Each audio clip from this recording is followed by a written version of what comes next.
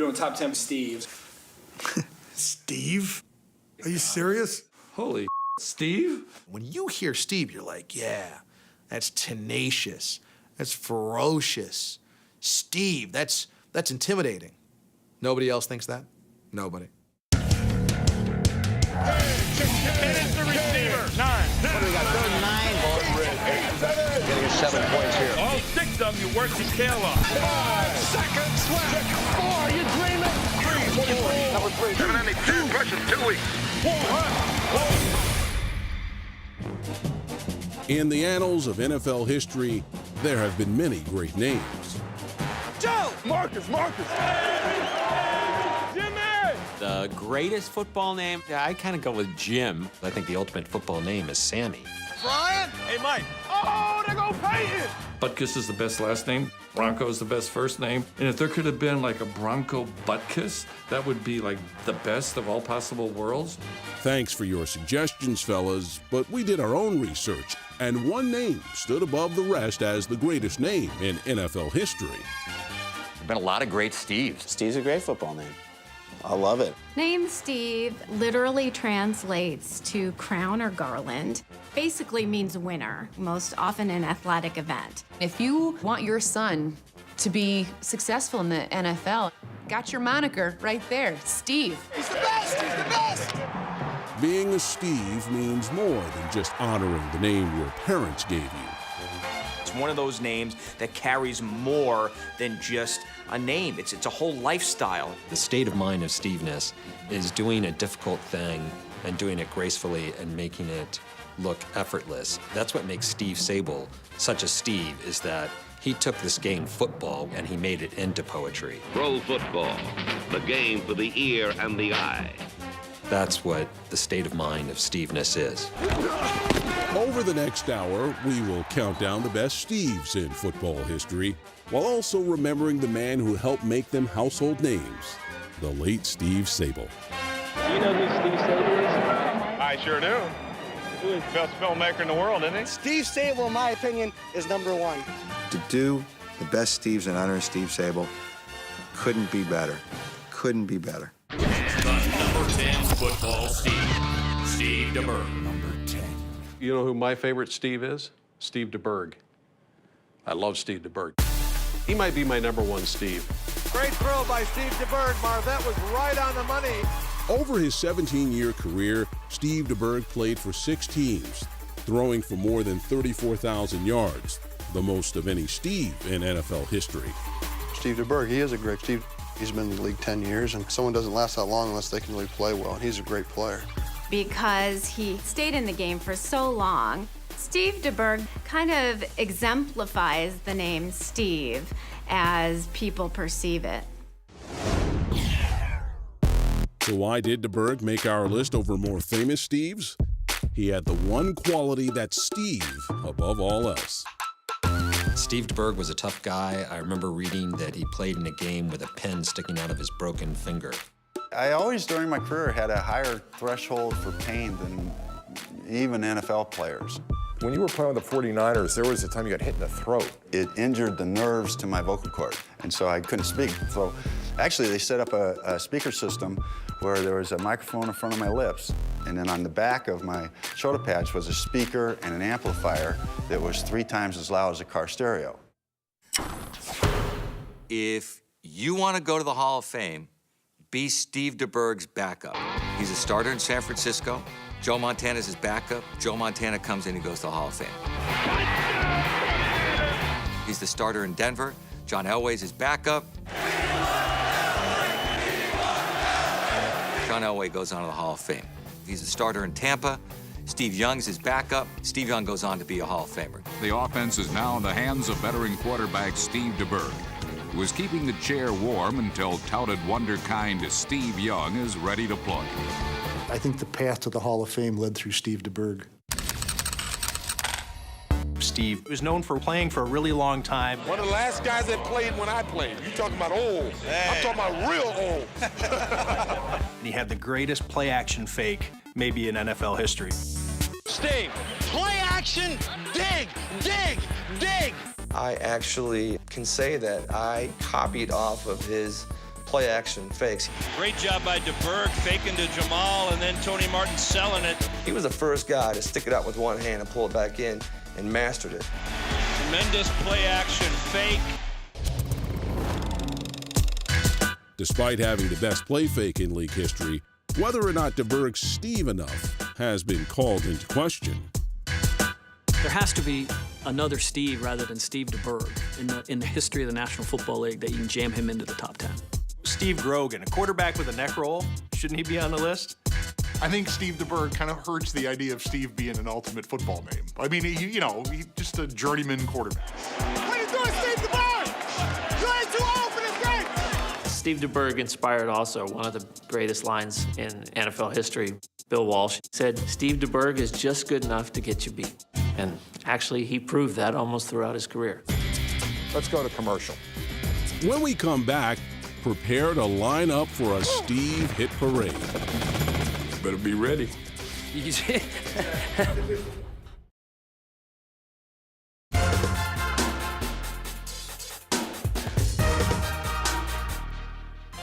I got a call from my father, and he said, you know, I can see by your grades that all you've been doing out there is playing football and going to the movies. But that makes you uniquely qualified for this profession. With that phone call, a football life was born. Living up to his namesake, Sable was a Steve of all trades.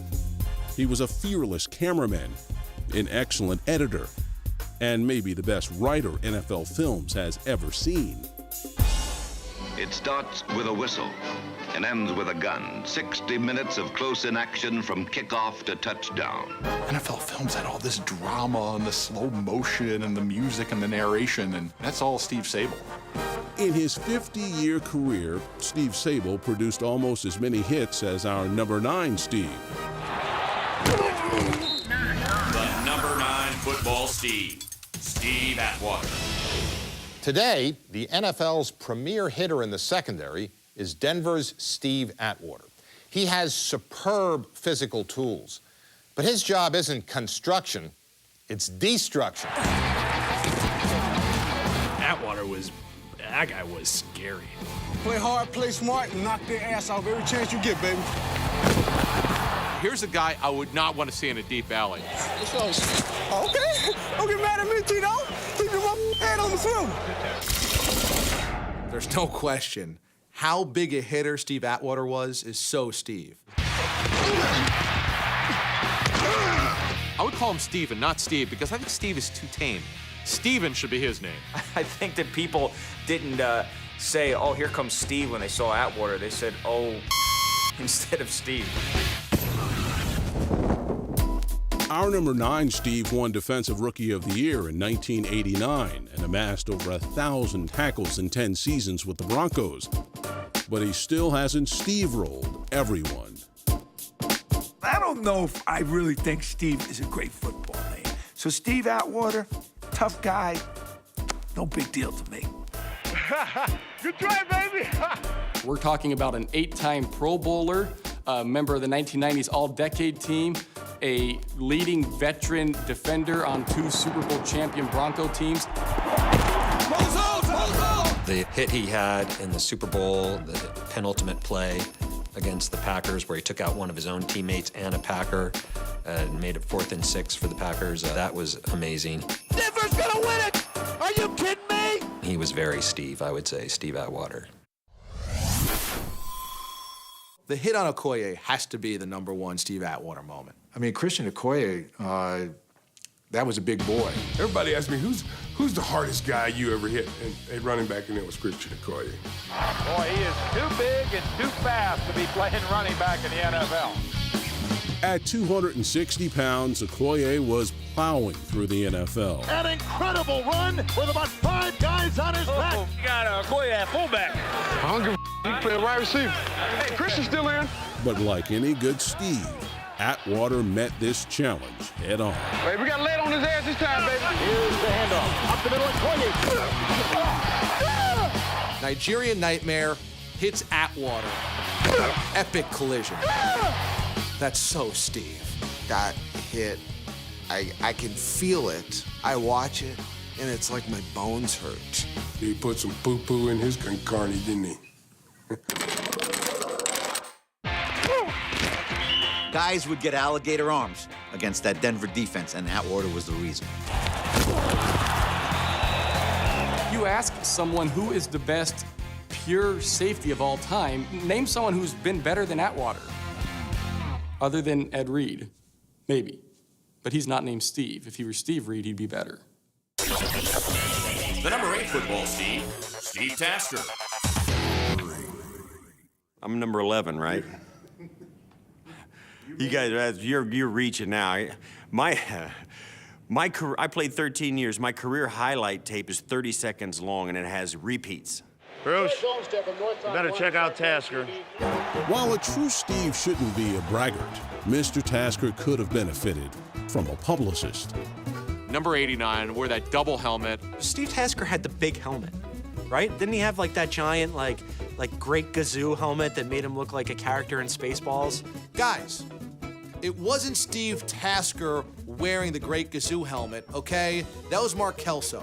So I guess all scrappy white football players that play for the Bills, the same guy. Oh, I get it. They all look the same. All right. Were Don Beebe and Steve Tasker the same person? I would say that they probably together would make one person, but then they would like split and one would play offense, one would play defense. With 7 trips to the Pro Bowl, our number 8 choice did make his Steveness felt in the 90s. When you think of special teams, you think of Steve Tasker. He is considered the great special teams player in NFL history. Didn't they invent a Pro Bowl slot for Steve Tasker? I mean, say what you want about the Pro Bowl, but that's pretty significant. He made punting fun. Like, your team is at 4th down, you have to punt, but Steve Tasker's about to crush somebody. Oh, big hit. I'll bet you any amount of money that there are some Steves in Western New York right now who are Steves because of Steve Tasker. I think every Steve in the world is proud to walk around their lives knowing Steve Tasker shares their namesake. How big are you? I'm 5'9", and today I weighed 184 pounds. If you see Steve without the equipment, he does not look like a professional football player. You know, he looks like somebody who should be working in Office Max or somebody selling you copy paper, but not that way when he had the helmet on. Steve Tasker gets to the heart of Steveness. Steveness has to do with overcoming adversity. Being 5'9" and being arguably the best special teams player in NFL history really means something. So I think Steve Tasker is very Steve. Well, the name Tasker kind of gives you the feeling that this is the guy that you can give the job to. Steve Tasker is the type of guy that gets everything done. Wow. I mean, this is a Steve who laid it all on the line in whatever role was given to him. He really embraced the fact of being Steve. I got your back. Let's mention what a good broadcaster he's been after his career. He's a good sideline reporter. He gets the game, and maybe that's because his Steve quotient is off the charts. It's the Steveness. Then on CBS Sports, you go to the Super Bowl this year, the lights go out, we're in a blackout in the Superdome, and who is reporting to America like he's Edward R. Murrow? Steve Tasker. It was an outside power feed coming into the stadium that suddenly went dead. I love Steve Tasker. Selfless guy, great American hero. Coming up, find out which Steve is the head coach of our list. What's the old ball coach going to do here? He would be someone I'd want to play for. I think of him, I think of the word winner.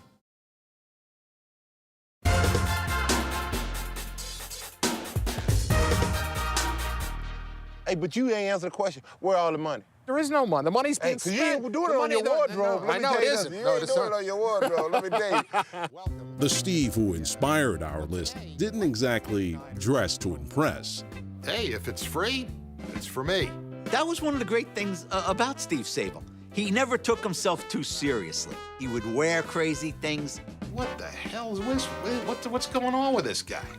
But in true Steve form, Steve Sabol still became a fashion icon in his own right. Did you get my socks? Did you get my socks? You gotta have red Sable socks. If Steve could do it, anybody could do it, right? That is so Steve. Some may call it a wardrobe malfunction, but Sable socks were on trend for our next football Steve.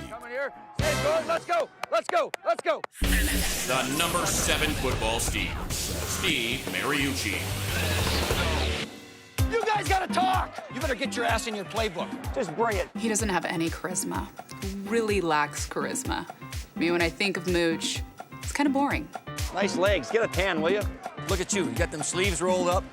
Put a pack of cigarettes under there like Fonzarelli. I always liked Mariucci. I thought he would be someone I'd want to play for if I was in the NFL. That's a first. I really appreciate that. That's a first. Don't mention it. Nice job, I owe you. That's true. Nice job. If Steve Mariucci weren't lucky enough to have Steve Young as his quarterback, he wouldn't be on the top 10. Including Steve Mariucci on our list didn't come without controversy. Whoa! Whoa! They don't call him Steve. They call him Mooch. Good luck, man. Good run, Mooch. Good run, Shane. We'll see you in a few months. Okay. Very, very few people call me Steve. I hardly refer to myself as Steve. You can't run from the Steve.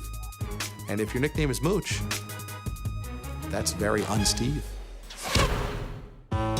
After 6 years in the city by the bay, our number 7 Steve took his talents to Motown. What else would I want? To come home to my home state with a team that's on the rise. The Lions fans were thrilled when they hired Steve Mariucci because he was a coach with a winning pedigree. Everything seemed to fit with Steve Mariucci as the head coach of the Lions. We got one more game ball. It's for you, Coach. But even a Steve couldn't turn around the lowly Lions. I think the Lions just simply had no talent, and no Steve under any name was going to be successful in Detroit. There was nothing there. The cupboard was bare. Just when you think you have seen every heartbreaking way a team can lose a football game, you see this.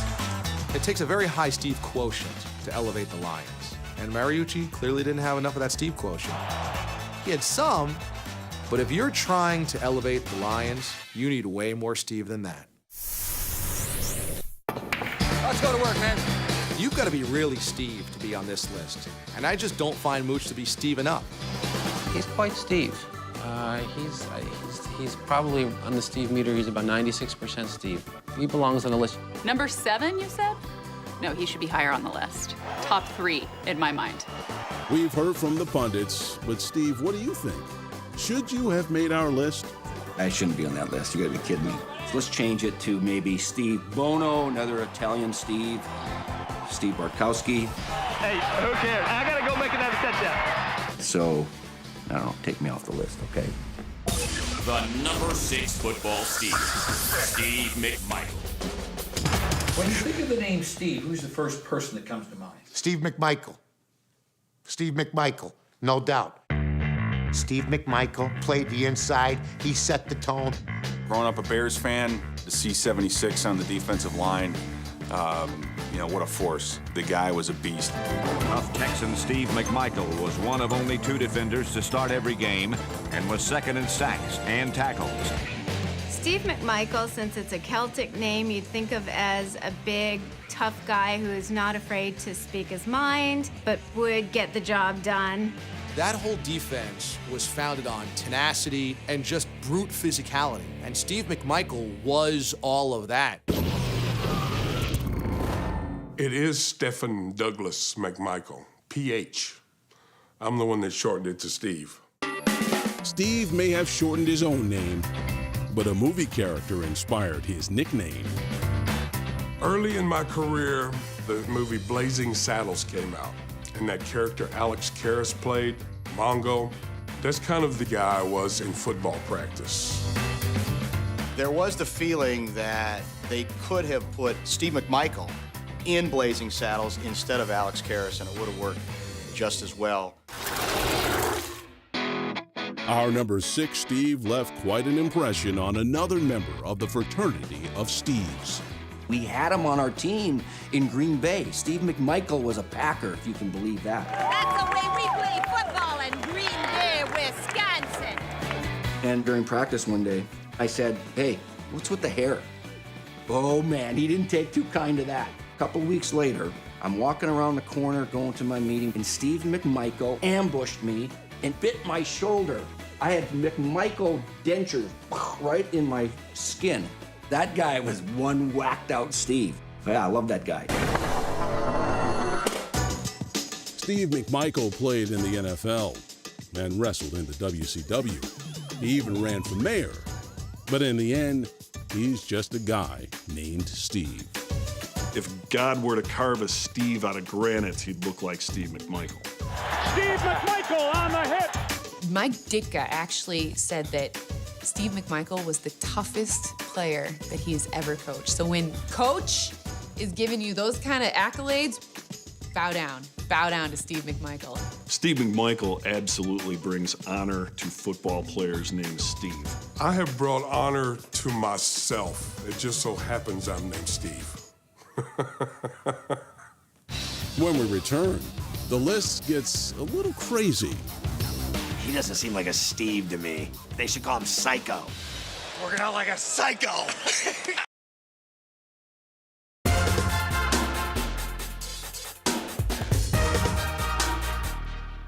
Stevie Steeler, how you doing, man? You all right? Yeah, good. You looking ready to play? Mascots, moguls, and movie stars were deemed ineligible for our list. But let's look back at numbers 10 through 6.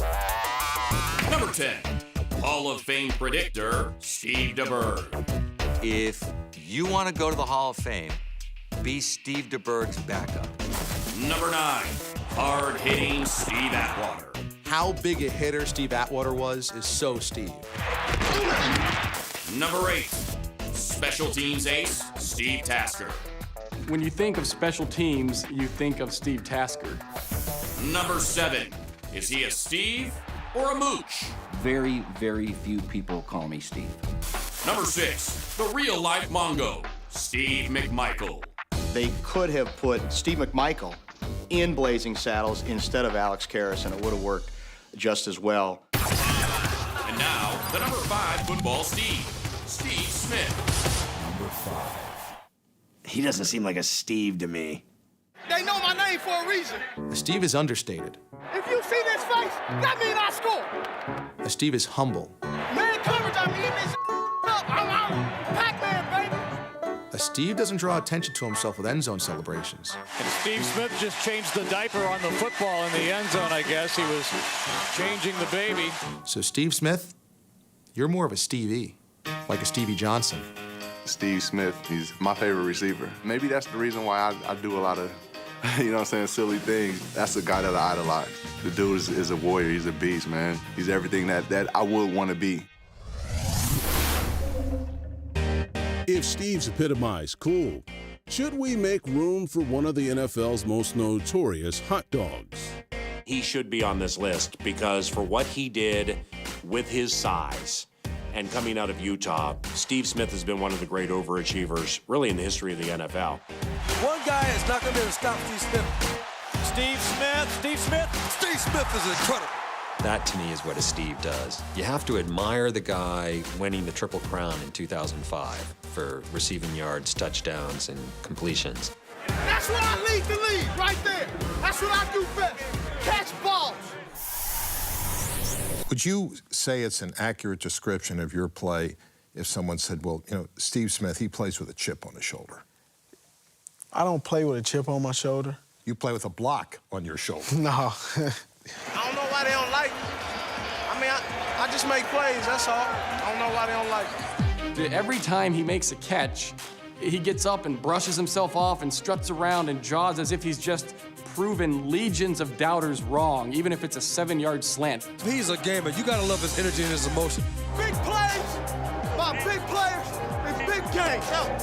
That's part of what's driven him. You can tell me I ain't gonna be nothing, but I wear these shirts,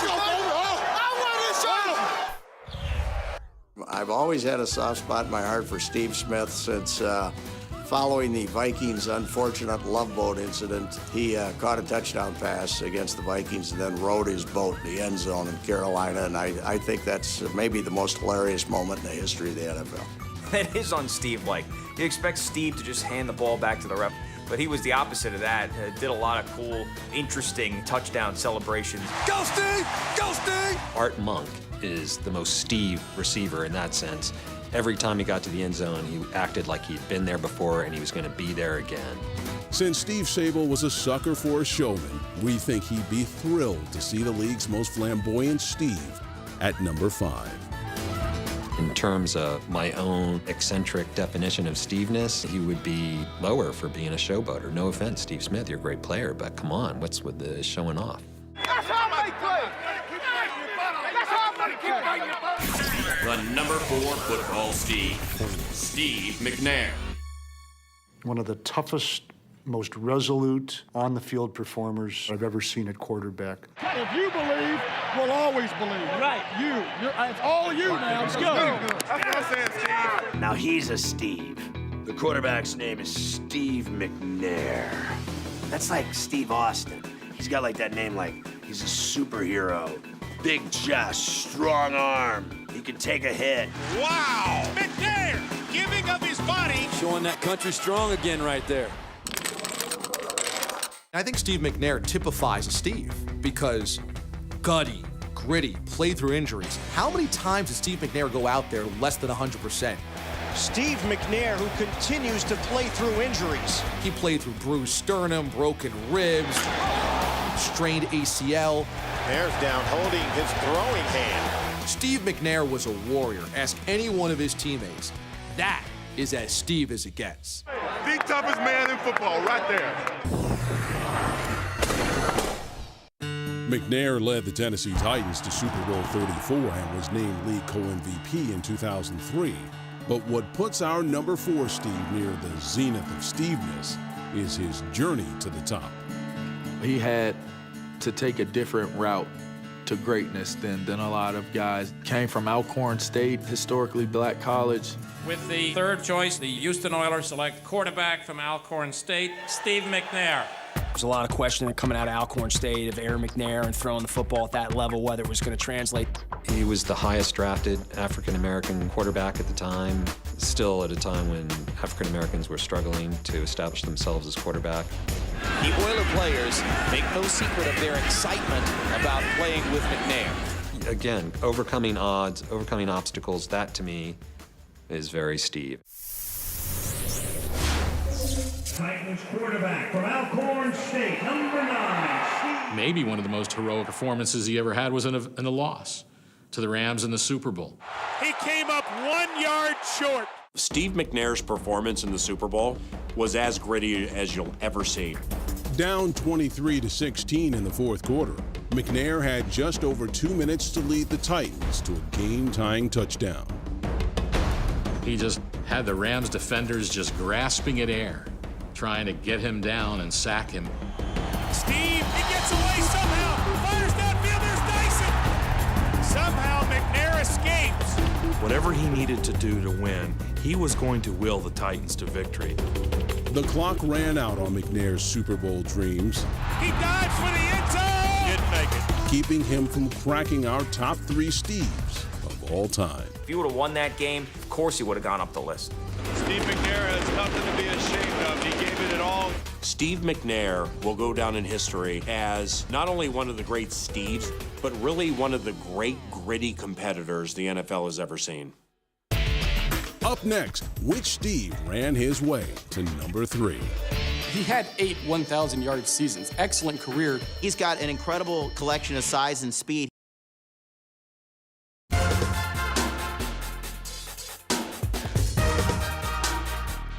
Steve is the prototypical cool American male, the man on his horse. Steve McQueen was definitely the coolest. And Steve Sabol clearly channeled McQueen's essence when in front of the camera. Okay. I don't have any snot on my lip or anything like that. He was very entertaining. Could have been an actor. He could have been one of those guys, you know. Roll 1, Steve Sabol. They said I was mad, so I came to work here in the basement of NFL Films. Harry, I think you should beam yourself back and analyze this in person. Steve, I'll tell you. Coming up next is the Mazda Outlook with a special preview of the Atlanta Falcons Los Angeles Rams game. Jets are still making too many youthful mistakes. They're a little green. One of my nightmares is that the whole NFL Films vault would someday be burned to the ground, and the only thing that would be left would be these skits that Harry and I did. The skits live on, but the vault still holds vintage footage of our number 3 football Steve. The number 3 football Steve, Steve Van Buren. When you think of the name Steve, who's the first person that you think of? I'm sure I'm the only one that's going to answer it this way, but the first one I think of is Steve Van Buren. Yes, Ray, you are, but for good reason. I don't think there's much question. He's the greatest Steve in the history of the Eagles franchise. And I really do think one of the great running backs in the history of the NFL. I mean, he was the key to a team that won back-to-back world championships. And he retired as the all-time leading rusher in the history of the NFL. That is Van Buren on another beautiful run, and Stevens certainly having a sensational day today. 90% of Eagles fans now never saw Steve Van Buren, but everybody will tell you that Steve Van Buren was the best Steve you ever saw. I don't know that how many people remember who Steve Van Buren was, but you asked me who's Steve, and I would say Steve Van Buren. Let me give you the ultimate Steve moment in Steve Van Buren's career. He wakes up, day of the 1948 NFL title game, and it's a blizzard in Philadelphia. When we said a snowstorm, we really mean it. Steve Van Buren looks out his window that morning and sees the snow coming down and just figures, well, there's no way we're going to play today.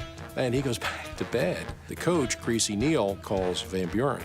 I don't even think word got to him. Van Buren had an inner Steve moment where he's like, maybe I should go down to the field anyway. And what does he do? I had to catch 3 trolleys and walk about 6 blocks to the stadium. Luckily for the Eagles, our number 3 Steve made it to Shibe Park that day and scored the game's only touchdown in Philly's 7-0 victory. With the championship riding on his shoulders, Steve Van Buren blasts off right tackle for the game-winning touchdown. And the Philadelphia Eagles become the 1948 world champions. The Eagles win the game 7-0. He scores the 1 touchdown. And after it's over, retraces his snowy steps back to his home. And, you know, that was Steve. Van Buren hasn't played an NFL game in over 60 years, but his high Steve quotient qualifies him as the number 3 Steve of all time. How old you think I am, my man? I might look 80, but I don't remember Steve Van Buren. I go back to the 60s. Steve Van Buren could be higher. We forget about these guys of the past, but that should not count against the guys who are pioneers of the game and guys like Steve Van Buren. He was the marquee player of the National Football League in the 1940s. Ball is given again to Van Buren. There he goes, folks. 10 yards for the touchdown. He was the first guy to have more than 1,000 yards in a season twice at a time when it was only 12 games. If you're looking at Steve's in Philadelphia history, he's clearly got to be the best. Let's hear it for the greatest Eagle of them all, Steve Van Buren. And one of the greatest NFL players of all time, as a Steve. Still to come, was our number 2 Steve a football player or a teen heartthrob? The hair was always well coiffed. Every girl wants to marry and every guy wants to be like him.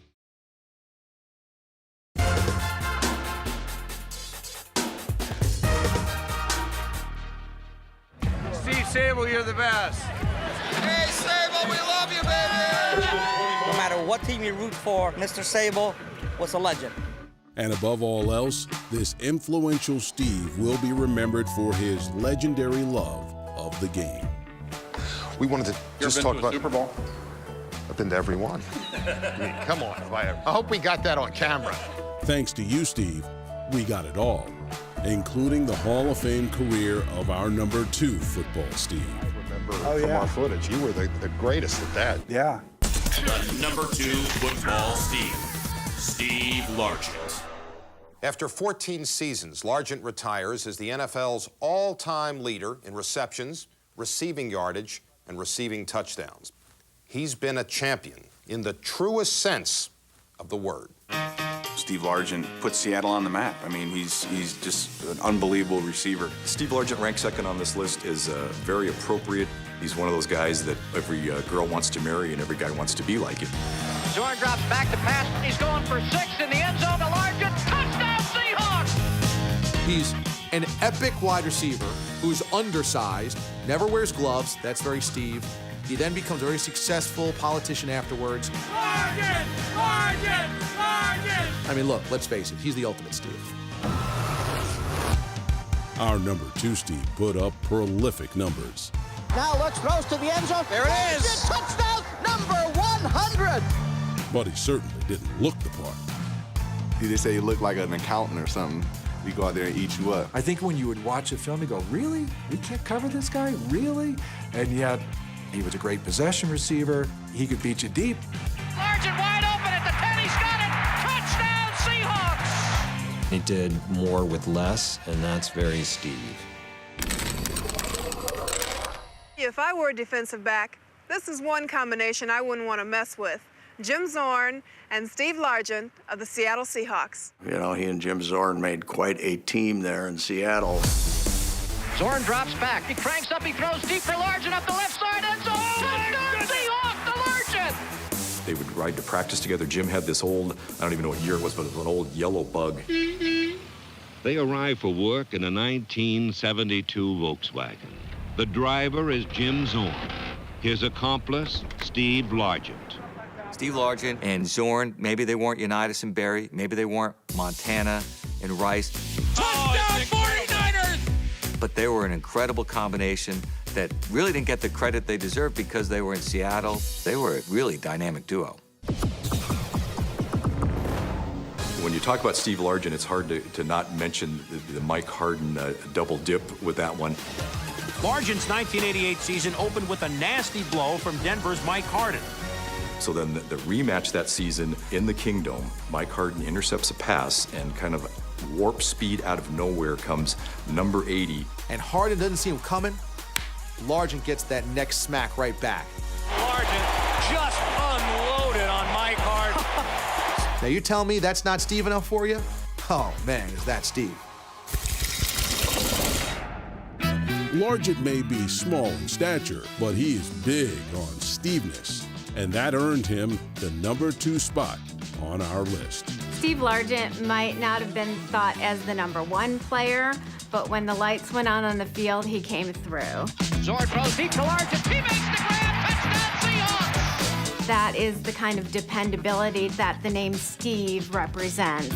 Personally, I think Steve Largent deserves to be number 1 in terms of all-time Steves. Because let's face it, not only is he a Steve during his football career, Largent becomes the all-time career receiving leader. But after his career, he's doing public service. Now, what's more Steve than public service? I think he's the number 1 Steve of all time, personally. That's true.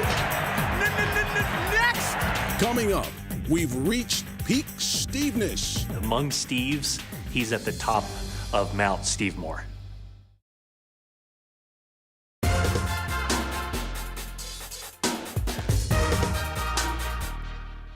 How you doing, Steve? Way to throw it, Steve. Good shot, Steve. Hit it, Steve. Hit it, Steve. Hey, Steve, we got to do better than that. You're right, Coach. You've got to be a pretty impressive Steve to make this countdown. Let's recap our list so far. Let's go, Steve. Number 10, the ageless Steve DeBerg. Would you be that surprised if in week 4 of this season, somebody got hurt and trotting in there with Steve DeBerg? Number 9, Christian Okoye's bad dream, Steve Atwater. Nigerian Nightmare hits Atwater. Epic collision. Number 8, it's not the size of the Steve in the fight, but the size of the fight in the Steve. How big are you? I'm 5'9" and 184 pounds. Number 7, the coach of our list, Steve Mariucci. Who'd be someone I'd want to play for if I was in the NFL? Number 6, forget Steve Austin, Steve McMichael pinned down a spot on our list. He's number 6 on the NFL list, number 1 in the pro wrestling list of Steves. Number 5, the showman of our list, Steve Smith. That's what I do best. Catch balls. Number 4, he was built country strong, Steve McNair. Steve McNair was a warrior. That is as Steve as it gets. Number 3, Honduras's lone representative in the Hall of Fame, Steve Van Buren. He was the Mark Keep Steve of the National Football League in the 1940s. Number 2, the well-coiffed Steve Largent. He's one of those guys that every girl wants to marry and every guy wants to be like him. And now, the number 1 football Steve, Steve Young. Number 1. Huh, that's a tough question. Who's the best Steve in NFL history? I'm gonna have to think about that one for a second. I mean, it's just a question. Please, get a response for that. I'd like to know. I would put him in the litany of players in the top 10 all time. Maybe top 5 all time. In my world, he's number 1. On a list of Steves, you got Steve Young, and then it's sort of like you got everybody else. Rice is out there. Touchdown, 49ers! Steve Young, one of the courageous games I've ever seen. It is just the stuff of legend. He's no ordinary Steve. Yeah, among Steves, he's at the top of Mount Steve Moore.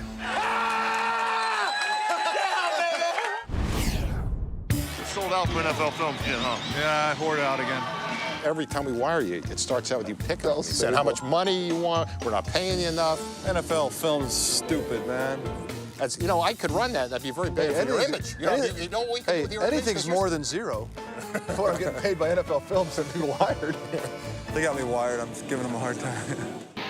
All kidding aside, we doubt Steve Sabol would object to Young's status as the supreme football Steve. He gained more yards than Mercury Morris. He scored more touchdowns rushing than Gale Sayers. He passed for more yards than Sonny Jurgensen. Did you see how he threw that? He passed for more touchdowns than Terry Bradshaw. And on top of that, his quarterback rating when he retired was the highest of all time. Steve Young, to me, is one of the great athletes ever to play the game. Congratulations, you deserve it, man. Great job. Steve Young is the #1 Steve in NFL history, if only because he was able to take over for Joe Montana, led the 49ers to another title. The 49ers are going to the Super Bowl, number 29 in Miami. Maintain the legend and the juggernaut that they had going in San Francisco. Steve Young is now #1 all time with 6 touchdown passes. What forever lives in history of the 49ers is the sideline scene when Steve is finally going to win the Super Bowl. Someone take the monkey off my back! Gary Plummer walks up and pulls the monkey proverbially off Steve Young's shoulder. And who put that monkey on his back? It was Steve Young himself. Not some imposed monkey somebody else put on him. Because all Steves have that inner drive. Blinders on, and we're coming. From everything that our users have told us, Steve Young is the #1 Steve that comes to mind when we talk about Steves in the NFL. The coverage was there. He had very little room. The ball had to be perfect. It was! Somehow, some way. However, Steve Young is not actually a Steve. His real name is John Stephen Young. Oh, my gosh. So he's kind of a fake Steve. Did you see it coming? Yeah. My mom, when her OB, who she obviously had fallen in love with, his name was John Stevenson. And so when we were thinking about names, my dad says, "What do you think?" She goes, "I like John Stephen Young." And so that's how I was named. Therein lies the problem. Should he be #1 on the Steve list, even though he's not named Steve? Oh, man, that hurts. You don't want to hear a rational explanation. If you're going to do a list of Johns, maybe he should be on that one. This one's for John. And it's not even spelled right. It's Jon. No wonder he went with Steve. Let's have some fun here, Steve Young. Let's have some fun. I was never John, ever. They named me John Stephen Young, but meant me to be Steve the whole time. You know, I can tell this stuff is going to come back to haunt me. The power and essence of the name Steve overrules everything else. A quarterback named John Young? Are you kidding me? That guy works in a law office. See how funny it is when I sue him. It could be a lawsuit. He went to law school. He could have been a lawyer. He could have been John. He chose football. He chose to pull the Steve out of him. Steve is football. John's a lawyer, in my opinion. Steve's a football player. With the risk of stumbling at the finish, did we get it right? Is Steve the ultimate football name? I don't know. I think there's better names out there. I would have been Rocket. You know, if they would have named me Rocket Young, that would have been awesome. If you count Steve Sabol, I think that name Steve goes right near the top. I kind of wish I was named Steve. I might head over to City Hall right now and legally change my name to Steve. It's no Indomitian, but I'm waiting for that show. The list of the NFL's greatest Indomitians. That's next. All right.